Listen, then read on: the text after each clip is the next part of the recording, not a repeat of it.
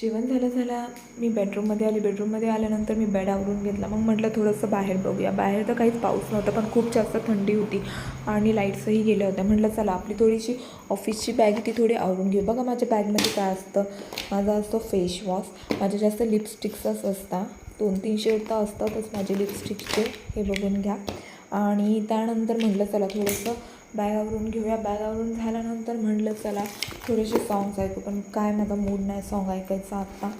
आणि मी म्हणत होते उद्या आहे गोकुळाष्टमी. गोकुळाष्टमीच्या हार्दिक शुभेच्छा तुम्हाला सर्वांना.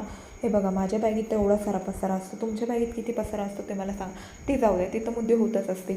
पण मला सांगा तुमच्या लाईफमध्ये असे 2 प्रकारचे लोक आहेत का? लोक म्हणजे वॉट एव्हर, कोणी पण, घरचे असो बाहेरचे असो. माझ्या लाईफमध्ये तर असे 2-3 लोक होते, पण मी त्यांना ब्लॉक करून टाकलं पूर्णपणे. कारण की ते लोक काय करत होते, आपल्यासोबत गोड बोलून दुसऱ्यासोबतही गोड बोलत होते.